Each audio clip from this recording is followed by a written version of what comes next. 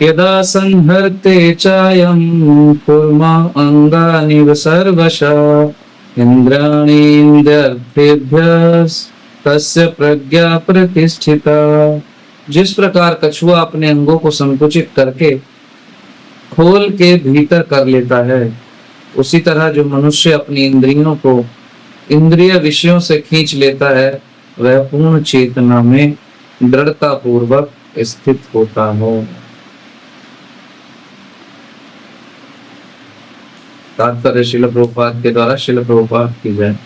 किसी योगी भक्त या आत्म सिद्ध व्यक्ति की कसौटी यह है कि वह अपनी योजना के अनुसार इंद्रियों को वश में कर सके, किंतु अधिकांश व्यक्ति अपनी इंद्रियों के दास बने रहते हैं और इंद्रियों के ही कहने पर चलते हैं। यह है उत्तर इस प्रश्न का कि योगी किस प्रकार स्थित होता है। इंद्रियों की तुलना विषैले सर्पों से की गई है।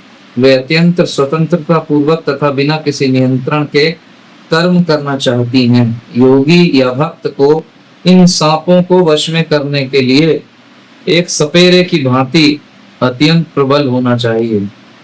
वह उन्हें कभी कार्य करने की छूट नहीं देता। शास्त्रों में अनेक आदेश हैं, उनमें से कुछ करो तथा कुछ ना करो से संबद्ध हैं।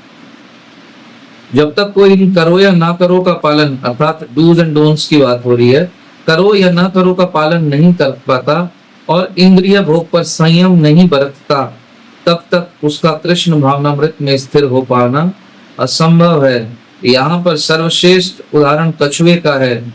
वह किसी भी समय अपने अंग समेट सकता है और पुनः विशिष्ट उद्देश्यों से उन्हें प्रकट कर सकता है।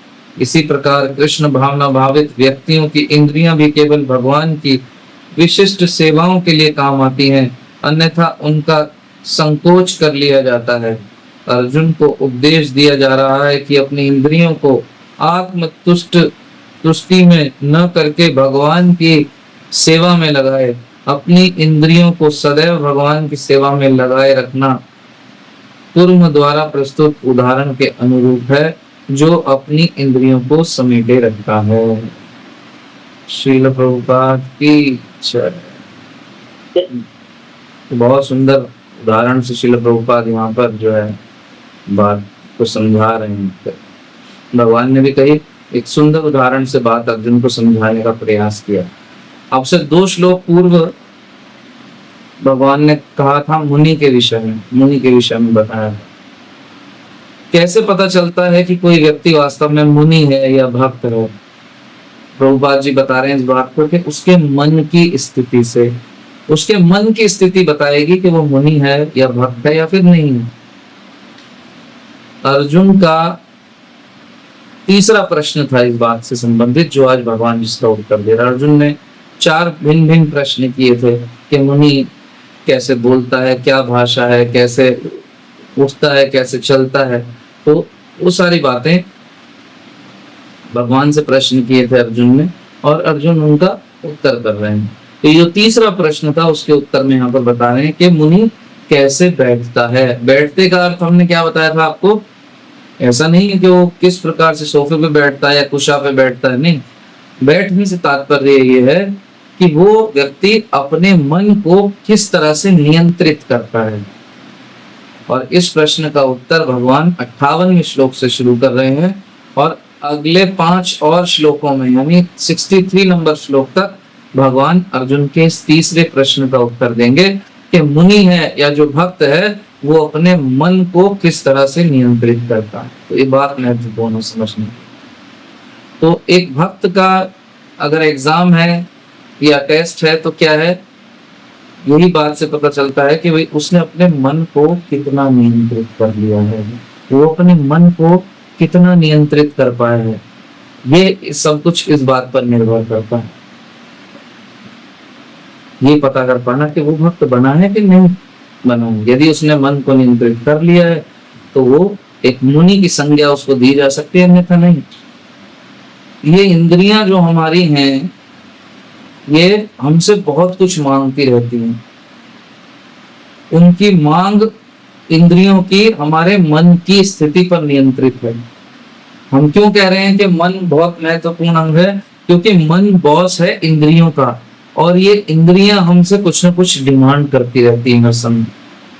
मन के नियंत्रण में रहती हैं इंद्रियां। होता है ना, लोग कहते हैं मन कर रहा है सोने का, तो सो जाते हैं, शरीर सो गया आराम से। जैसा मन कर रहा है वैसा आदेश। अब मन कर रहा है कुछ खाने का, तो जीभ उसी प्रकार से कुछ डिमांड करने लगती है खाने की। मन कर रहा है कुछ पिक्चर देख लो, ओहो, तो फिर आंखें जो हैं मन के अनुसार, जो मन जिस चीज को देखने का कर रहा था, आंखें उस काम में लग जाती हैं। कुछ सुन लूं, बॉलीवुड हॉलीवुड, तो फिर मन के आदेश के ऊपर ही कान वही सब सुनने में लग जाते हैं। तो आचार्य क्या कहते हैं, हमारी जो ये इंद्रियां हैं ये जहरीले सांपों की तरह हैं, और इनका सपेरा है ये मन। ये मन इन्हें नचा रहा है, अपने ही नाच रही हैं और हमसे कुछ न कुछ डिमांड कर रही हैं। तो ये जो इंद्रियां हैं जहरीले सांप की तरह क्यों कही गई हैं, क्यों जहरीले सांप की संज्ञा दी गई है इसको? तो आपने देखा होगा, यदि कभी आपने जो पता नहीं किसी ने कभी सांप पकड़ा है कि नहीं पकड़ा, जो गांव में रहते हैं और उनको अक्सर अवसर मिल जाता है सांप पकड़ने का। तो ये सांप जो है यदि उसको पकड़ने का प्रयास करो तो वो बड़ा चिकना सा रहता है, वो हाथ से फिसल जाता है, भाग जाता है, वो हाथ से रपट जाता है, भाग जाएगा आपको फिसल कर, या फिर आपको डंक मार देगा, भाग जाएगा। हमारी इंद्रियां कितनी हैं? 10 इंद्रियां हैं, और ये 10 इंद्रियां भी इस सांपों की तरह ही। 10 इंद्रियां कौन कौन सी हैं? 5 ज्ञान इंद्रियां हैं और 5 कर्म इंद्रियां हैं। ज्ञान इंद्रियां कौन सी हैं? आंख, नाक, कान, त्वचा और जीभ। इनके विषय है कुछ। जैसे आंखों का काम क्या, क्या चाहती है? आंख का विषय क्या है? रूप। आंखें रूप के लिए ललायत रहती हैं। नाक गंध के लिए, अच्छी अच्छी गंध सुनना चाहती है नाक। कान ध्वनि के लिए, अच्छी ध्वनि सुनना चाहते हैं, गाने सुनना चाहते हैं, अपनी तारीफ सुनना चाहते हैं। ये त्वचा, त्वचा का विषय क्या है? त्वचा का विषय है स्पर्श करना। ये स्किन, त्वचा स्पर्श करना चाहती है कुछ अच्छा। और जीवा जो है उसका विषय है स्वाद। क्या फर्क था करना? कृपया अपने को म्यूट रखें, हमने भक्तों को डिस्टर्ब होता है। तो 5 क्या है? ज्ञान इंद्रियां हैं, 5 है कर्म इंद्रिया। ज्ञान इंद्रिया आंख, नाक, कान, त्वचा और जीभ या जीवा। और 5 कर्म इंद्रियां हैं, हाथ, पैर और वाणी, गुदा और लिंग। तो ये सब इंद्रियां क्या हैं? इनसे हमें कुछ ना कुछ काम लेना है। सर्पों की तरह है ये कुछ ना कुछ मांगती रहती हैं हमसे, और इन सब को कंट्रोल करता है हमारा मन। एक व्यक्ति जिसका मन नियंत्रित है, उसकी ये इंद्रियां उससे कुछ सात्विक चीजें मांगेंगी, उससे कहेंगी कि भगवान की सेवा में लग जाओ।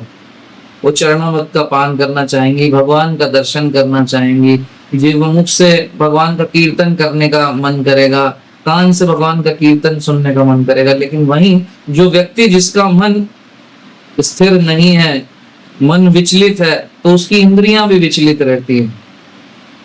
जैसे सांप इधर उधर भागते हैं, एक बॉक्स में आप 10 सांप भर दीजिए और उस बॉक्स को खोलिए कभी, तो आप देखेंगे एक कोई इधर भाग रहा है, कोई उधर भाग रहा है, सरसराते हुए सांप निकल जाएंगे, भागेंगे उससे बॉक्स से।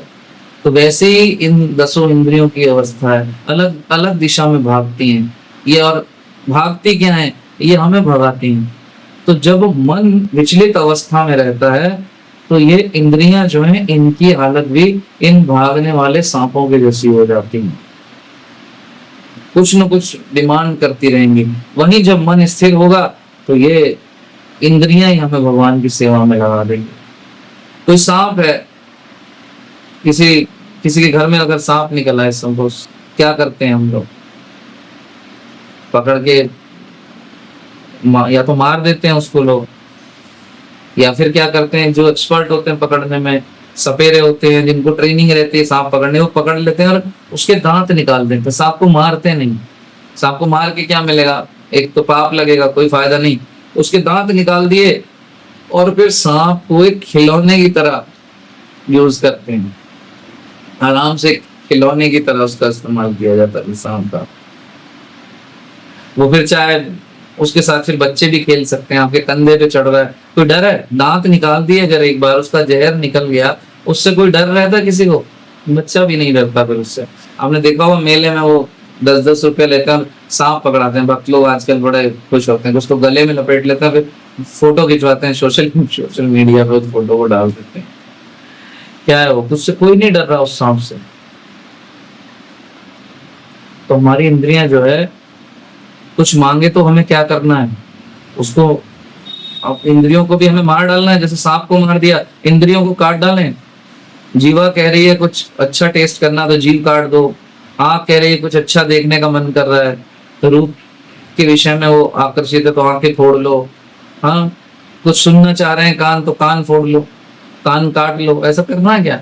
नहीं। इंद्रियां कुछ मांगे तो उनको हमें नियंत्रण में करना है। क्या मतलब है इस बात से?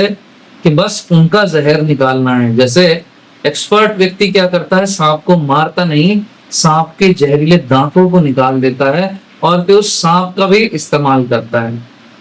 तो ऐसे ही जो एक्सपर्ट व्यक्ति होता है या फिर किसी एक्सपर्ट के मार्गदर्शन में जो व्यक्ति कार्य करता है, इंद्रियों को नियंत्रित करने का प्रयास करता है, वो क्या करता है?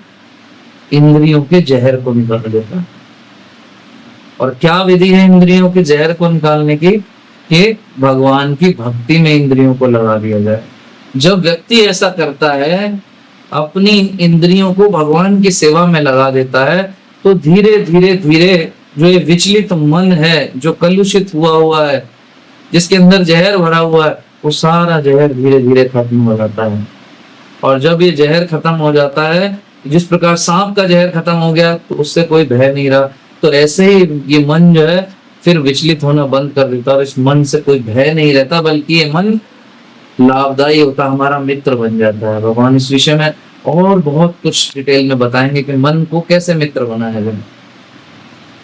आपने देखा होगा श्रीमद् भागवतम में एक कथा आती है कालिया की। कालिया देवी है वृंदावन में। कालिया नाग जो था वो इतना जहरीला नाग था। ये तो घर में निकलते हैं, खेतों में निकलते हैं जो नाग सांप, इनका तो थोड़ा सा ही जहर होता है। कालिया नाग का इतना भयंकर जहर था कि कई किलोमीटर एरिया में भी यदि कोई जीव आ जाए तो वो मर जाता था। उसका इतना प्रभाव था उसके जहर का। लेकिन भगवान ने क्या किया? उसके फनों के ऊपर नृत्य किया। भगवान जब नाचे कालिया के फन पर, तो भगवान के कोमल कोमल चरण भी उसको एक वज्र की तरह उसको पड़ रहे थे, उसको लग रहे थे। और जब उसके सिर पर भगवान नाचते रहे तो उसके फनों से, उसके दांतों से सारा जहर निकल गया कालिया के। पहले उसको जहर निकला, फिर खून निकला और फिर कालिया ही निकल गया। कालिया को भगवान ने वहां से भगा दिया, शुद्ध कर दिया कालिया को और वहां से भेज दिया कि दोबारा दिखाई नहीं देना इस एरिया में, भाग जाओ यहाँ से। क्या कालिया का भाग्य था। भक्ति विनोद ठाकुर भी कहते हैं इसलिए कालिया ने सिर पे भगवान के चरणों को पा लिया। हम तो तड़पते रहते हैं।